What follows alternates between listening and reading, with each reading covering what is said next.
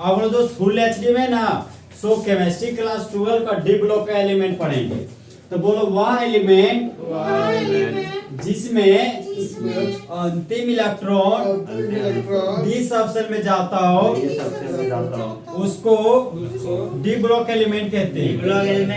Language बोलो the element in which last electron enter d subshell of the penultimate shell are called d block element. देखो दोस्त बोले last electron D subshell में जा रहा है तो फुल एच में को इलेक्ट्रॉनिक कॉन्फ़िगरेशन लिख के बताते हैं। इलेक्ट्रॉनिक कॉन्फ़िगरेशन लिखने का एक हॉट ट्रिक है।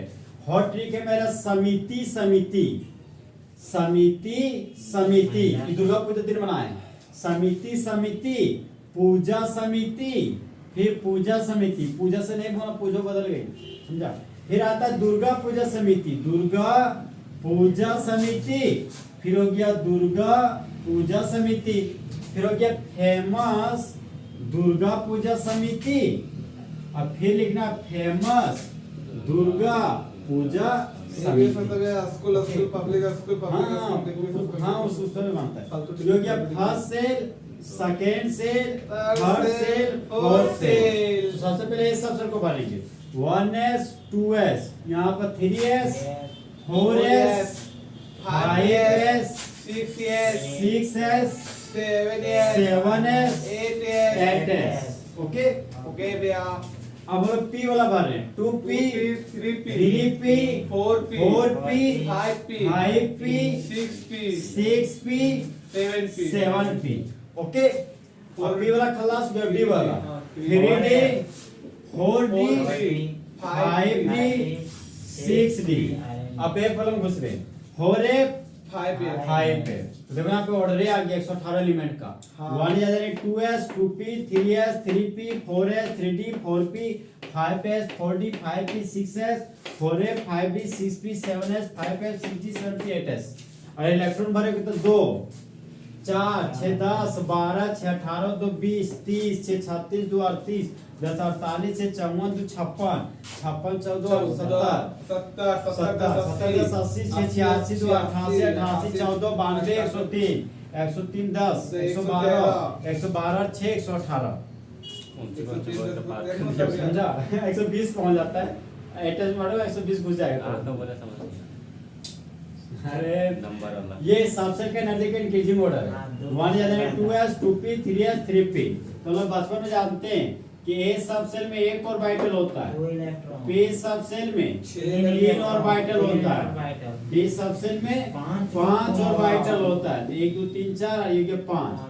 F सबसेल में 7 ऑर्बिटल होता है। यहाँ पर फुल एच में 7 ऑर्बिटल दिए 1 2 3 4 5 6 7 ओके। तो जिस तरह खेरा फेरी देखोगे बोलता है एक का डबल। यहाँ पर एक ऑर्बिटल तो एक ऑर्बिटल मैक्सिमम 2 इलेक्ट्रॉन होगा जी भैया ठीक है। P सबसेल 3 ऑर्बिटल 3 का double 6 electron P subshell maximum 6 electron होगा। D सबसेल 5 का डबल 10 इलेक्ट्रॉन होगा। F सबसेल 7 का डबल 14 इलेक्ट्रॉन समझा। A सबसेल कितना ऑर्बिटल एक orbital maximum 2 electron. P subshell में कितना orbital 3 orbital maximum 6 electron. D subshell maximum 5 orbital maximum 10 electron. F subshell में मैक्सिमम 7 ऑर्बिटल मैक्सिमम 40 इलेक्ट्रॉन। अब हम लोग बोल रहे हैं कि वह एलिमेंट जिसका अंतिम इलेक्ट्रॉन D सबसेल में जाता है उसको D ब्लॉक एलिमेंट कहते हैं। यहाँ पर देखो पहला एलिमेंट यहाँ पे ले रहे हैं हम कोबाल्ट का एटॉमिक नंबर 27 है। तो 1s बोलो 1s ज्यादा एनर्जी 2s ज्यादा एनर्जी 2p। यहाँ देखिए बोलो 2p ज्यादा 3s ज्यादा एनर्जी 3p। यहाँ 3p लिख दिया फिर 4s यहाँ पर लिख दी है 4s और 4s से ज्यादा एनर्जी 3d यहाँ पर लिख दी है 3d। अब इलेक्ट्रॉन भरो 27 इलेक्ट्रॉन है न्यूट्रल एटम है तो जितना Z होता है उतना P उतना E होता है। Atomic number 27 proton 27 electron 27।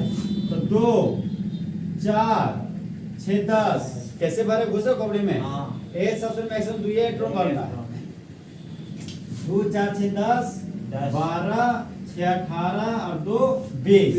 हमको भरना 27 इलेक्ट्रॉन, तो डी सबसेल में मैक्सिमम 10 इलेक्ट्रॉन भर सकते हैं, लेकिन मेरे पास 7 ही इलेक्ट्रॉन बचा है, तो जितना 7 बचा वही 7 इलेक्ट्रॉन लिख, ठीक। अब देखो अंतिम इलेक्ट्रॉन डी सबसेल में गया है, इसलिए ये हमारा कोबाल्ट जो है वो हमारा डी ब्लॉक का एलिमेंट है।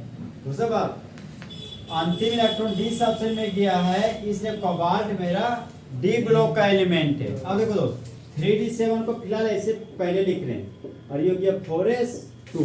क्या समझाने कुछ कर, समझने कुछ करना। सबसे बड़ा सेल होता है वैलेंस सेल, तो फर्स्ट सेल से बड़ा है सेकंड सेल, सेकंड सेल से बड़ा है थर्ड सेल, थर्ड सेल से बड़ा है फोर्थ सेल। तो सबसे बड़ा सेल फोर्थ सेल है, फोर्थ सेल को बोलते हैं वैलेंस सेल, वैलेंस सेल को बोलते हैं outermost shell, outermost shell में रहने वाला इलेक्ट्रॉन को आउटर सेल इलेक्ट्रॉन बोलते हैं, चाहे वैलेंस इलेक्ट्रॉन बोलते हैं। तो वैलेंस सेल का सिंबल होता है ए। अब एक घटा दोगे तो 4 में से घटा दो बचाएगा तुम्हारा 3। ये जो थर्ड सेल है, थर्ड सेल को बोलते हैं पेन अल्टीमेट सेल। क्या बोलते हैं? Pen ultimate shell. इसलिए देखता बात, जब हम लैंग्वेज बोल रहे थे तो बोल रहे थे the elements in which last electron enters d subshell of the pen ultimate shell. तो पेन अल्टीमेट सेल इसीलिए बोल देते हैं कि n-1 में आ रहा है मेरा। समझ रहे बात? अच्छा से बातें सुनो ना, चल जाएगा। फिर n-1 के बाद जो भी बच गया ना, एक और घटाओगे तो n-2 आएगा। 3 में से पूरा n-2, 4 में से 2 घटाओगे तो 2 बचेगा, तो फिर क्या आएगा? 2 सेकंड चला जाएगा, तो इसको बोलते हैं n-2। तो n को बोलते हैं ultimate shell, valence shell, outermost shell. इसको बोलते हैं पेन अल्टीमेट सेल, इसको बोलते हैं anti pen ultimate shell. Okay, ये वाला सबसे बड़ा सेल फोर्थ सेल था, तो मान लिए, ठीक है। डी वाला में सबसे आगे है। अरे देखो ये 3d7 है, तो ये आगे नहीं है, ये पीछे है। तो सबसे के एनर्जी के इंक्रीजिंग ऑर्डर लिखते ना, फर्स्ट सेल से ज्यादा जो सेकंड सेल को, थर्ड सेल, थर्ड सेल से ज्यादा फोर्थ सेल का होता है। तो 3d घुस गया है, समझा? तो थर्ड सेल के बाद फोर्थ सेल आता है, तो थर्ड सेल पहले, तो यहाँ पे 3d7 को हम लोग समझने के लिए पहले लिखे, समझा? फोर्थ सेल n था, 4 में से घटाओ 3 वाला आएगा, तो 3 वाला n-1 होगा। फिर n-2 है, 4 में से घटाओ तो 2 आएगा। तो जिसके पास n सेल होगा वैलेंस सेल, जिसके पास n-1 होगा पेनल्टीमेट सेल, और जिसके पास n-2 होगा मेरा एंटी पेनल्टीमेट सेल कराएगा। ओके, अब बताओ डी ब्लॉक में जो मेरा था वो टोटल ग्रुप कितना था? 10 ग्रुप। टोटल 10 ग्रुप था। तो टोटल ग्रुप मेरा 10 ग्रुप है, तो टोटल एलिमेंट डी ब्लॉक में कितना होगा? 40 एलिमेंट।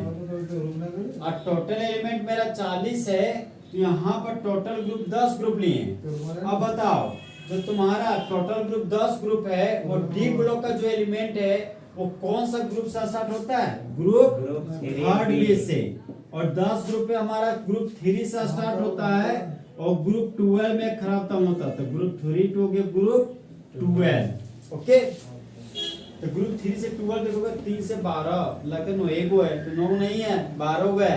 3 4 5 6 7 8 9 10, फिर 11 12, 3 मिला के 12। हाँ 3 मिला के सब से पिकनिक गया, तो अपना भी गिनना है कि हम भी है पिकनिक, अपने गिन के सबको गिना कर देगा, भुला गया। तो यहाँ पे 10 ग्रुप है, टोटल ग्रुप 10 है। ग्रुप 3 से स्टार्ट है, ग्रुप 12 में खत्म है। टोटल एलिमेंट डी ब्लॉक में 40 होता है, और डी ब्लॉक एलिमेंट के लिए सब ग्रुप लिखना है। तो जिस तरह मेरे क्लास के 2 कंपोनेंट थे, बॉयज एंड गर्ल्स, उसी तरह सब ग्रुप के 2 कंपोनेंट है, ए सब ग्रुप और बी सब ग्रुप। तो अगर एस ब्लॉक होता तो कौन सा सब ग्रुप यूज करते थे? ए सब ग्रुप। बी ब्लॉक के लिए ए सब ग्रुप, और डी ब्लॉक के लिए बी सब ग्रुप, और ए ब्लॉक के लिए एफ सब ग्रुप। तो बी डी ब्लॉक के लिए सब ग्रुप हम ले लिए बी। फिर डी ब्लॉक का दूसरा नाम भी था अदर एलिमेंट्स। तो डी ब्लॉक का जो दूसरा नाम था उसका नाम क्या था? Transition element. डी ब्लॉक का दूसरा नाम ट्रांजिशन एलिमेंट था। तो डी ब्लॉक का दूसरा नाम ट्रांजिशन एलिमेंट था, यहाँ पर लिख दिए ट्रांजिशन एलिमेंट। नेक्स्ट पॉइंट आता है मेरा दोस्त नेचर। नेचर का मतलब ये गुण। आखिर डी ब्लॉक में रहने वाला एलिमेंट मेटल है कि नॉन मेटल? तो ध्यान रखना, एस ब्लॉक में सारे एलिमेंट मेरा मेटल, डी ब्लॉक में सारा एलिमेंट मेटल, ए ब्लॉक में सारा एलिमेंट मेटल, पी ब्लॉक में 36 एलिमेंट में से 16 तो नॉन मेटल है, ठीक, 7 को मेटलॉइड है, बाकी जो बच गया वही तेरा वही तेरा मेटल बचता है। ओके, तो फिलहाल डी ब्लॉक का जो नेचर है, जो गुण है, वह क्या है? मेटालिक सॉलिड, मतलब नेचर क्या है? मेरा मेटल है। तो लोग जानते हैं मेटल हमेशा सॉलिड अवस्था में पाया जाता है, इसलिए नेचर के रूप में मेटालिक सॉलिड। ये स्टेटमेंट कभी नहीं बोलना। all the d block elements are metals। यहाँ पर एक्सेप्शन है, डी ब्लॉक में रहने वाला इकलौता जो एलिमेंट है, जो हमारा मर्क्यूरी है, जिसका अवस्था सॉलिड नहीं होता है, लिक्विड होता है। बचपन से पढ़ता भी होगा कि मर्क्यूरी इकलौता एलिमेंट है जो ठोस अवस्था में नहीं, द्रव अवस्था में पाया जाता है। जो मैं यहाँ पे एक्सेप्शन बन जाएगा मर्क्यूरी, ये एग्जाम के लिए भी हॉट क्वेश्चन बन जाता है फिर कि बोलेगा डी ब्लॉक में कौन एक ऐसा एलिमेंट है जिसका अवस्था द्रव अवस्था होता है, मतलब लिक्विड फेज में पाया जाता है, तो वह तेरा इकलौता मर्क्यूरी है। फिर आता है हमारा दोस्त 4 वैसे एलिमेंट है जिसको बोलते हैं सूडो ट्रांजिशन एलिमेंट। पहला एलिमेंट है तुम्हारा जानू, कड़ा, होगी, कॉपरनिशियम की तरह, मतलब जिंक जिसका एटॉमिक नंबर 30 है, कैडमियम का एटॉमिक नंबर 48 है, मर्क्यूरी का एटॉमिक नंबर 80 है, कॉपरनिशियम का एटॉमिक नंबर 112 है। जिंक का एटॉमिक नंबर 30 है, कैडमियम का एटॉमिक नंबर 48 है, मर्क्यूरी का एटॉमिक नंबर 80 है, कॉपरनिशियम का एटॉमिक नंबर 112 है। इसको क्या बोलते हैं? Pseudo transition element. तो सूडो ट्रांजिशन एलिमेंट 4 प्रकार का, पहला जिंक, कैडमियम, मर्क्यूरी, कॉपरनिशियम। यहाँ पर जिंक का एटॉमिक नंबर 30, कैडमियम का एटॉमिक नंबर 40 है, और मर्क्यूरी का एटॉमिक नंबर 80, कॉपरनिशियम का एटॉमिक नंबर 112। अब देखो तो क्यों बोलते हैं सूडो ट्रांजिशन एलिमेंट्स को। तो सबसे पहले हम यहाँ पे जिंक लिखने आ रहे हैं। कितने लिखने आ रहे हैं दोस्त? जिंक। जिंक का एटॉमिक नंबर कितना हो गया? 80। यहाँ जिंक लिखे, जिंक का एटॉमिक नंबर 80 तो 80 लिख दिए। बताओ सबसे का एनर्जी के इंक्रीजिंग ऑर्डर बोलो। 1s 2s 2p 3s 3p। कैसे लिख रहे हैं देख रहे हैं ना?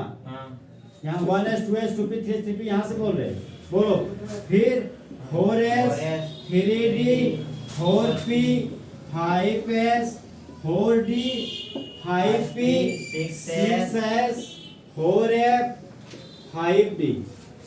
देख नहीं पाया क्या? 5d था उसके बाद 6s से मिटा देंगे कहीं क्या रे? 1s 2s 2p और यहाँ ही मिटा दिया ना, सभी से दुर्गा पूजा समिति यहाँ तक है 6s।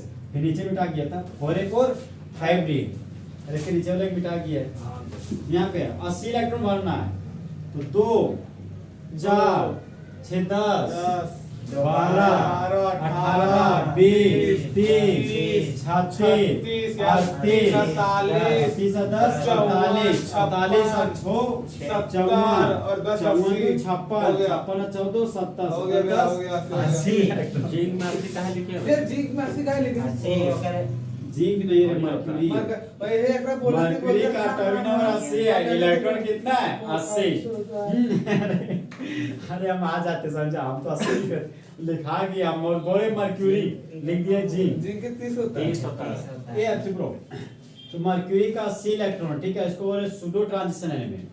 तो हम बोलते हैं सबसे बड़ा सेल मेरा वैलेंस सेल है, वैलेंस सेल मेरा 6 सेल है। ओके, और बस 6 में से अगर एक इलेक्ट्रॉन मिला तो n - 1 5d आएगा, उसके बाद 4f घुसेगा तुम्हारा। मेरा फोकस 6s और 5d पे, हम यहाँ पे फोकस किए 6s2 और 5d। देखो जो हमारा मर्क्यूरी का जो 80 इलेक्ट्रॉन है वो d सबसेल में गया, 80वां इलेक्ट्रॉन d सबसेल में गया, इसलिए मर्क्यूरी मेरा d ब्लॉक का एलिमेंट है। ओके, अब देखिए यहाँ पे 6 सेल के a सबसेल में 2 इलेक्ट्रॉन है, 6 सेल के a सबसेल में 2 इलेक्ट्रॉन, तो a सबसेल में एक ऑर्बिटल होता है और 2 इलेक्ट्रॉन भरना है, तो एक इलेक्ट्रॉन को क्लॉकवाइज में भर दिया, एक इलेक्ट्रॉन को एंटी क्लॉकवाइज में। d सबसेल में 10 इलेक्ट्रॉन है, सबसे पहले d सबसेल पहुंचे, d सबसेल में कितना ऑर्बिटल होता है? 5 ऑर्बिटल, 1 2 3 3 8 2 1 2 3 4 5 हो गया। अब 10 इलेक्ट्रॉन भरना है, तो हुंस रूल के अनुसार एक एक इलेक्ट्रॉन सभी ऑर्बिटल को देखते हैं। 1 electron 2 electron 3 electron 4 electron 5 electron, 6 electron, 7, 8, 9 और 10 इलेक्ट्रॉन। तो दिस सबसेल में 10 इलेक्ट्रॉन होने की वजह से सारा का सारा पेयर्ड इलेक्ट्रॉन है। 6 पे फोकस नहीं करो, कोई दिक्कत नहीं, तुमको डी पर खाली फोकस करना है। डी पर तेरा आंसर ही आ जाएगा। फिर 6 को लेके चल, उसके पीछे कुछ वजह है, थोड़ा सा वजह 1 सेकंड 2 सेकंड बाद देखने मिलेगा। तो हम बोल रहे हैं कोई जनरल डीएससी से निकालेंगे तो ये फॉर्मेट मेरे पास आ गया, सीरीज फॉर्मेट रेडी करें। तो डीएस सबसे सही रहते निकाला, डी सबसे में आने का 5 ऑर्बिटल मैक्सिमम 10 इलेक्ट्रॉन है। तो paired electron, paired electron, paired electron मतलब सभी शादीशुदा इलेक्ट्रॉन है। तो जब डी ऑर्बिटल में आने वाले सभी इलेक्ट्रॉन मेरा पेयर्ड फॉर्म में हो, तो उसी पेयर फॉर्म में होने की वजह से जिंक को, मर्क्यूरी को हम लोग सूडो ट्रांजिशन एलिमेंट कहते हैं। ओके, मर्क्यूरी देखो तो अगर इसका तुम नट गैस के वजह से अगर शॉर्टेस्ट नट गैस कॉन्फ़िगरेशन लिखोगे, पहले एलिमेंट हीलियम है, दूसरा नियोन है, आर्गन है, क्रिप्टोन है, जेनोन है और रेडोन है। जहां पर हीलियम का एटॉमिक नंबर 2 है, नियोन का 10, आर्गन का 18, 18 दूना 36, 18 3 54, 5 8 और 6 86। अरे बाबा, समझा? अब देखो मर्क्यूरी का एटॉमिक नंबर 80 है, तो अगर एटॉमिक नंबर 1 से 9 होता तो हीलियम लेते, 11 से 17 होता तो नियोन लेते, हाँ। 19 से 35 आता आर्गन आर्गन लेते, लेते, 37 से 53 आता तो क्रिप्टॉन, और 53 से 85 आता तो जेनॉन। फिलहाल मेरे पास है 80, तो नियरेस्ट एनर्जी लोगे तो तुम्हारा क्या जाएगा? जेनॉन। फुल एचडी में जेनॉन नहीं दिए, जेनॉन तो मेरा 54 हो गया। जेनॉन खोजो, 4 6 10 12 18 20 30 36 38 48 6 54, यहाँ तक हो गया। अब मेरे पास ये बचा है 6s2 4f14 4f14, 5d10 फिर बच गया मेरा 5d10, यहाँ पर लिख दिया 5d10। समझा? तो अब मर्क्यूरी का ये हो गया मेरा shortest inert gas configuration. Okay, अब देखो यहाँ पे मामला तो डी सबसे 10 इलेक्ट्रॉन था, इसलिए मर्क्यूरी को बोलते हैं सूडो ट्रांजिशन एलिमेंट। तो यहाँ पे नेक्स्ट एलिमेंट है मेरा जिंक। जिंक का एटॉमिक नंबर 23। बताओ सबसे का एनर्जी के कितनी motor? 1s 2s 2p 3s 3p 4s 3d। Electron बोलो 2 4 10 12 18 20 30 बोलो 10 10 30, यहाँ पर 30 इलेक्ट्रॉन हो गया। हाँ। अब बताओ जिंक का एटॉमिक नंबर 30 है, तो 30 मेरा 1935 के पीछे आ रहा है, तो यहाँ पर कौन सा गैस यूज करेंगे? Inert gas argon. यहाँ पर फुल एचडी में सबसे पहले घर बनाए, घर में एसोडियम राय को रख दी, ठीक है। उसके बाद मेरा बच गया 2 4 6 10 12 14, मतलब यहाँ से यहाँ तक का आर्गन लिख दी। 4s2 बच गया, 4s2 लिख दिए, 3d10 बच गया, यहाँ पर 3d10 लिख दिए। प्लस का साइन नहीं देना है। हाँ भी प्लस साइन, ओ बीच में प्लस कोई प्लस प्लस नहीं देना, गोली मार देंगे। जिनका एटॉमिक नंबर 30 है, नियरेस्ट आर्गन है, फिर 4s2 है, फिर 3d10 है। यहाँ पे देखो डी सबसेल में 10 इलेक्ट्रॉन है, तो डी सबसेल में कितना ऑर्बिटल होता है? 5 ऑर्बिटल। यहाँ पे देखो 1 2 3 4, क्योंकि तेरा 5 ऑर्बिटल। डी सबसेल में 10 इलेक्ट्रॉन भरना, तो किस रूल के अनुसार इलेक्ट्रॉन भरते हैं? हुड्स रूल के अनुसार। तो हुड्स को प्यार से हर्ट्ज रूल बोलते हैं।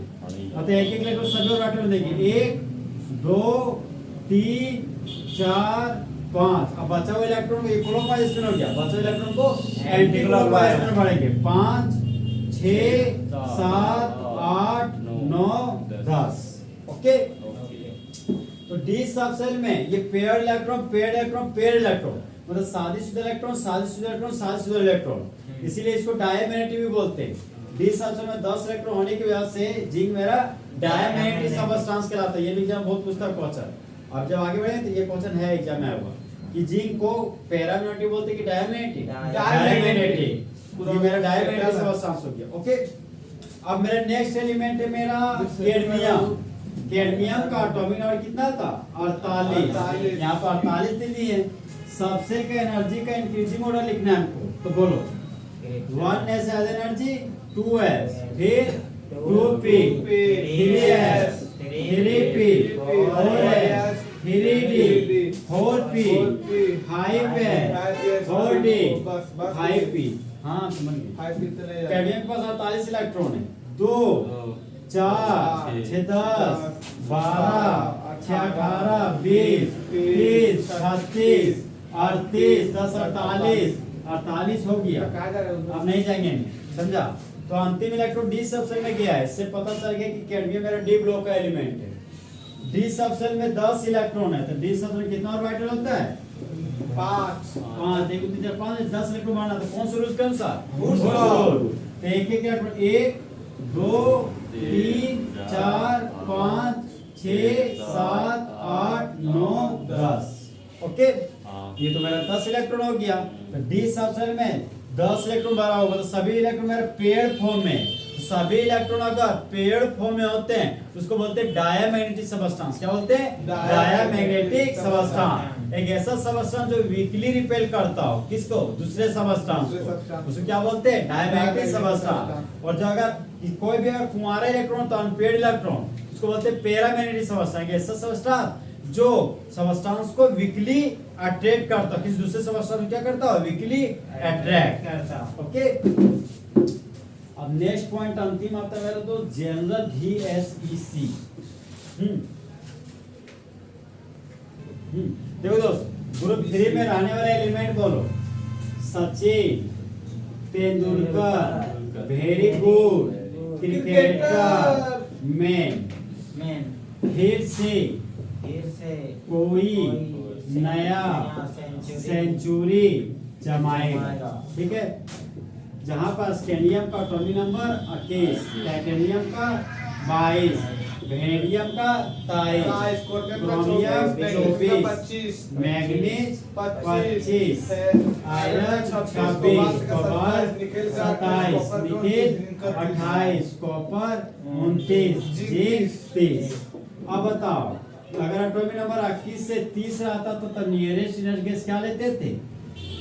आर्गन। नियरेस्ट गैस आर्गन नहीं है, तो सभी के पास क्या आ गया? आर्गन। यहाँ पर आर्गन, यहाँ पर आर्गन, फिर आर्गन, फिर आर्गन, फिर आर्गन, फिर आर्गन, फिर आर्गन, फिर आर्गन, फिर तब मेरा 4s 3d 4s 3d 4s 3d 4s 3d 4s 3d 4s 3d 4s 3d 4s 3d 4s 3d, तो यहाँ पर 4s 3d।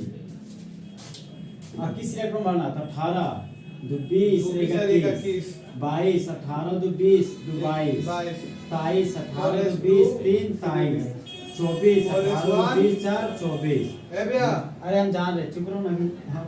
25 18 2 20 20 और 5 25 26 18 2 20 20 अच्छो 26 27 18 2 20 20 और 7 27 28 इलेक्ट्रॉन बना 18 2 20 20 और 8 28, कॉपर का 29, आर्गन 18 2 20 20 और 9 29, जिंक का 30 18 2 20 20 और 10 23। तो यहाँ पे जब कभी भी तुम S2D4 देखोगे ना तो उसको S1D5 में कन्वर्ट करना, और जब कभी भी S2D9 दिखे ना तो उसको S1D10 में कन्वर्ट करना। इससे क्या होता है बताते हैं।